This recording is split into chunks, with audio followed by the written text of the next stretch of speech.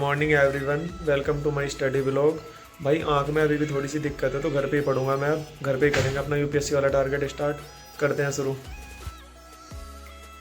आज इकोनॉमी में शुरुआत की जीएसटी से संबंधित संवैधानिक प्रावधान जैसे आर्टिकल 366 12, आर्टिकल 366 26 ए, आर्टिकल 246 ए, आर्टिकल 246 ए। यह अनुच्छेद राज्य विधानमंडल को यह अधिकार देता है कि वह जीएसटी से संबंधित नियम बना सके। यद्यपि वस्तुओं और सेवाओं की अंतर्राज्यीय आपूर्ति पर नियमन बनाने का अधिकार संसद को है। के बाद पढ़ा आर्टिकल 279 ए, जीएसटी अधिनियम लागू होने के 60 दिनों में राष्ट्रपति द्वारा जीएसटी परिषद का गठन किया जाएगा। इसके बाद पढ़ा जीएसटीएन के बारे में। जीएसटी का क्रियान्वयन करने के लिए प्रौद्योगिकी का प्रयोग किया जाएगा, अतः इसके लिए आईटी आधारित आधारभूत संरचना का होना आवश्यक है। जीएसटी के लिए आवश्यक प्रौद्योगिकी की व्यवस्था करने हेतु जीएसटी नेटवर्क नामक गैर सरकारी कंपनी की स्थापना की गई है। के बाद पढ़ा ई वे बिल के बारे में। यह एक ऐसा दस्तावेज है जिसे वस्तुओं को एक स्थान से दूसरे स्थान पर ले जाते समय साथ में रखना अनिवार्य है तथा ई वे बिल का उद्देश्य यह सत्यापित करना है कि वस्तुओं का क्रय विक्रय जीएसटी नियमों के अनुरूप किया जा रहा है या नहीं। मैं पढ़ा जीएसटी की आलोचना। यहाँ हुआ मेरा आज का इकोनॉमी का सेशन कंप्लीट। करते हैं इतिक शुरू। आज इकोनॉमी में शुरुआत की। मानवीय क्रियाकलापों में नीति शास्त्र के परिणाम नैतिक मूल्यों पर चलकर हम किस प्रकार के लक्ष्यों की प्राप्ति करेंगे तथा साथ ही क्या नैतिक होना हमेशा उचित परिणाम देगा। जो भी परिणाम होगा उसकी प्रकृति कैसी होगी, आगे की परिचर्चा इसी पर आधारित है। उदाहरण, यदि लोक सेवक न्याय, वस्तुनिष्ठा और सत्यनिष्ठा जैसे मूल्यों पर आधारित होकर आचरण करता है तो समाज व्यापक रूप से लाभान्वित होगा। व्यक्तिगत स्तर पर यह मानव जाति को अन्य जाति से श्रेष्ठ बनाती है, यह व्यक्ति को विश्वास योग्य बनाती है तथा इससे व्यक्ति के जीवन में शांति एवं स्थायित्व आता है। समाज के स्तर पर संसाधनों का समान बंटवारा, विभेद का अभाव, लिंग समानता की स्थापना, सभी को स्वतंत्रता प्राप्त होती है, सभी को समान अवसर मिलते हैं। संगठन के आधार पर संगठन की उत्पादकता में मात्रात्मक एवं गुणात्मक वृद्धि, जनता, ग्राहक और लाभार्थियों के बीच संगठन की साख में वृद्धि, प्रशासनिक स्तर पर प्रशासन में पारदर्शिता एवं जनभागीदारी को बढ़ावा तथा प्रशासन में वस्तुनिष्ठता एवं जवाबदेही में वृद्धि, आर्थिक स्तर पर संसाधनों का सदुपयोग एवं उनका तार्किक बंटवारा, सार्वजनिक धन के सदुपयोग को बढ़ावा। यहाँ हुआ मेरा इथिक्स का सेशन कंप्लीट।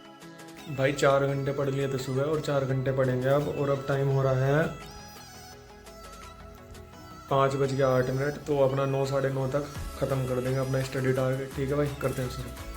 आज पर्यावरण में शुरुआत की लेटराइजेशन से। लेटराइजेशन उष्णकटिबंधीय आर्द्र जलवायु प्रदेश में मृदा का विकास प्रकृति के अनुरूप होने वाली एक सामान्य प्रक्रिया है जिससे लेटेराइट मृदा का निर्माण हुआ है तथा जनजातीय प्रधान क्षेत्र में जहाँ स्थानांतरणशील कृषि के लिए वृहद स्तर पर वृक्षों का कटाव किए जाने के कारण वनस्पति की सघनता में कमी आई है, वहाँ निश्चालन के दर में वृद्धि होने के कारण मृदा का निम्नीकरण हो रहा है। इसी प्रकार जहाँ नहर सिंचाई के कारण जल भराव की समस्या उत्पन्न हुई है, वहाँ मृदा की लवणता और क्षारीयता में वृद्धि होने से भूमि की उत्पादकता में कमी आ रही है। के बाद पढ़ा मृदा संरक्षण एवं प्रबंधन। मृदा के संरक्षण एवं प्रबंधन से संबंधित विधियों का निर्धारण करते समय सर्वप्रथम कृषि योग्य भूमि के प्रबंधन को महत्व देते हुए मृदा निम्नीकरण की समस्याओं का समाधान किया जाना चाहिए। के बाद पढ़ा मृदा संरक्षण एवं प्रबंधन से संबंधित यांत्रिक विधियों के बारे में। मैं पढ़ा वन एवं वन्य जीव की सघनता। यहाँ हुआ मेरा आज का पर्यावरण का सेशन कंप्लीट। करते हैं करंट अफेयर शुरू।